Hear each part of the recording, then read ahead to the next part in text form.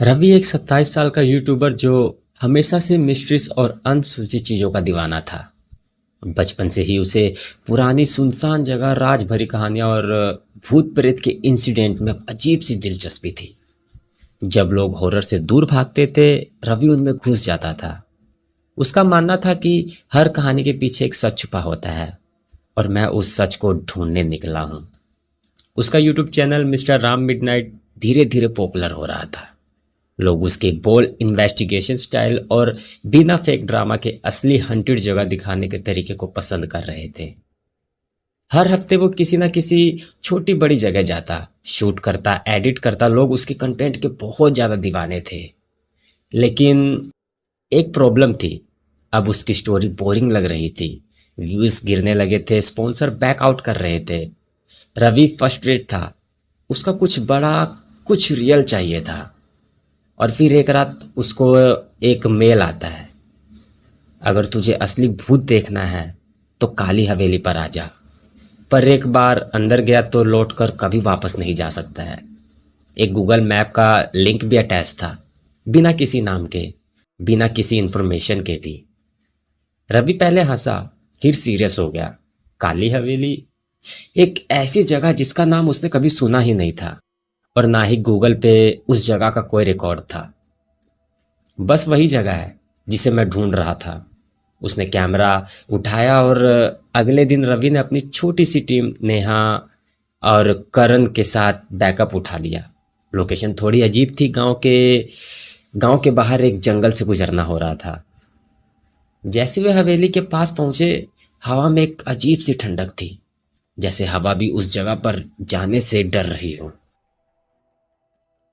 रवि ने गेट खोला, पुराना लोहे का गेट जो कड़कड़ाहट के साथ खुला।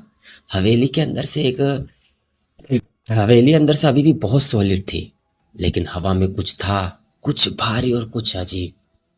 अंदर एक बड़ा सा हॉल था और उस हॉल के कोने में एक छोटी सी टेबल के ऊपर एक लाल डायरी रखी हुई थी, धूल से भरी हुई, लेकिन जैसे किसी ने उसे अभी अभी वहां पर रखी हो। रवि ने डायरी उठाई और उसका पहला पन्ना पढ़ा। उसके पहले पन्ने में लिखा था, मैं जिंदा हूं पर मेरी रूह यहीं पर कैद है।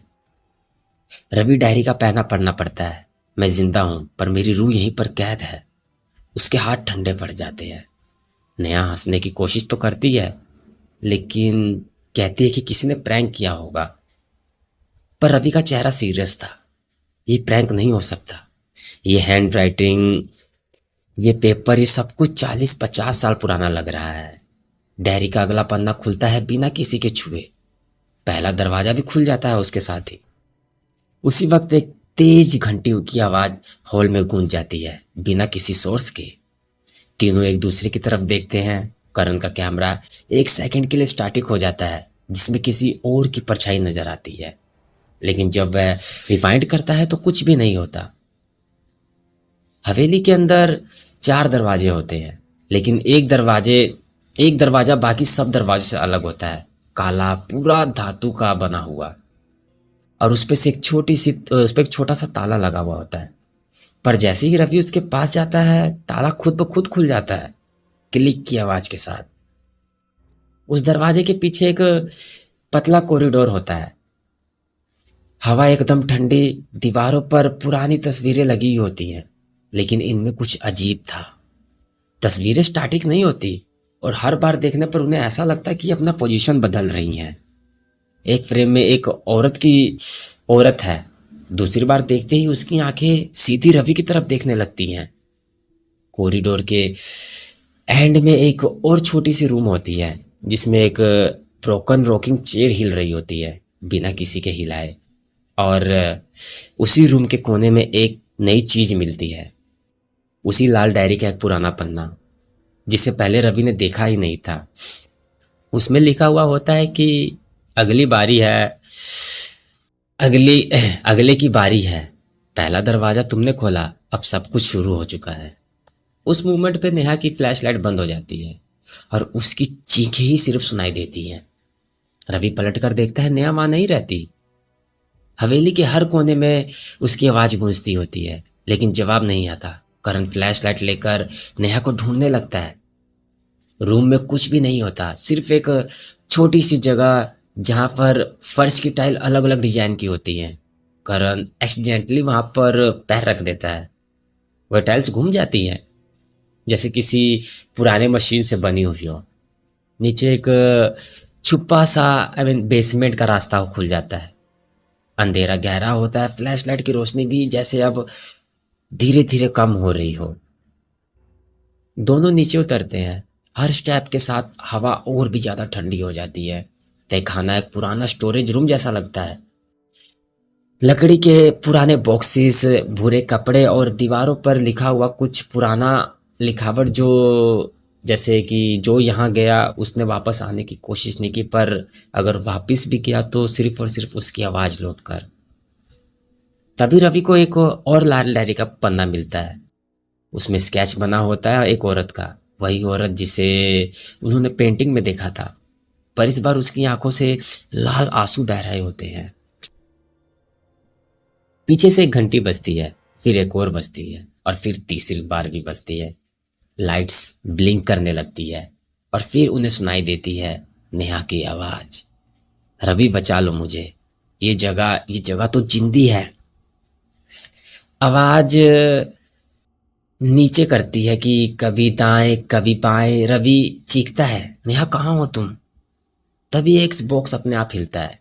रवि उसे उठाता है और अंदर मिलती है नेहा का कैमरा। कैमरा ऑन करते ही उसमें दिखता है कि नेहा किसी से बात कर रही होती है, लेकिन स्क्रीन पर सिर्फ नेहा ही होती है। दूसरी आवाज किसी और की होती है, पर वो साफ कहती है कि एक बार जो मुझे मिल गया उसे मैं कभी नहीं छोड़ती।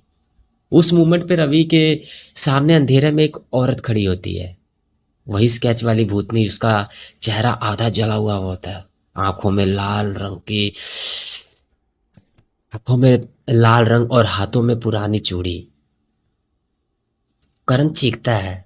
रवि के हाथ से डायरी गिरती है और उसने लिखा होता है कि अगले दरवाजे के लिए तैयार हो जाओ, अब खिलवाड़ तुम्हारे साथ होने वाला है। रवि उस दरवाजे के सामने खड़ा होता है। अंतिम राज के लिए अंदर आओ, मगर ध्यान रहे हर सच का पीछे एक कुर्बानी होती है। धड़कन तेज हो जाती है, हाथ कांप रहे होते, लेकिन वह वो दरवाजा खोलता है। अंदर एक अंधेरे में कमरा होता है, पूरा गोल शेप का, जिसमें बीच में एक बड़ा सर्कल और बोल्ट बना रहता है। उसके बीच में एक डायरी का आखिरी पन्ना रखा हुआ होता है, और उसके आसपास जलती हुई दिए जो अपने आप ही क्रीपी और पुरानी लगते हैं। अभी उसके सामने दिखाई देती है वो औरत, पूरी तरह से भूतनी नहीं, इंसान। उसका रूप बदल गया था। चेहरा अब एक उदास औरत का होता है, लेकिन आंखों में इंतकाम किया। वह बोलती है, मुझे कैद किया गया था, मुझे जला दिया गया था, इस हवेली में जिंदा दफना दिया गया था, सिर्फ इसलिए क्योंकि मैं उनका राज जानती थी। अब मैं चाहती हूँ कि मेरा सच दुनिया को बताए, लेकिन उसके लिए तुम्हें कुर्बानी देनी होगी। रवि शौक में, कैसी कुर्बानी? और उस औरत का और उस वक्त उसके सामने नेहा और करण दोनों जमीन पर बेहोश पड़े दिखाई देते हैं।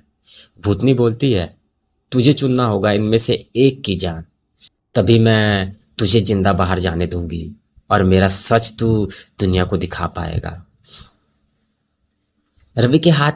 हाथ में से कैमरा रवि के हाथ में कैमरा होता है। रिकॉर्डिंग ऑन होती है। उसका चेहरे पर बहुत ज़्यादा डर और गिल्ट और कंफ्यूजन ये सब होता है। उस मोमेंट में डायरी का एक आखिरी पन्ना हवा में उड़ता है, और उसमें लिखा होता है कि जिसे तूने बचाया वह तेरी कहानी बन जाएगा, और जिसे तूने छोड़ा वह उस हवेली का हिस्सा बन जाएगा। रवि आंख बंद कर लेता है और एक डिसीजन लेता है। स्क्रीन ब्लैक हो जाती है और एक एक वीडियो यूट्यूब पर अपलोड होती है। टाइटल होता है कालिया वेदी का राज, रियल फुटेज, फाइनल एपिसोड।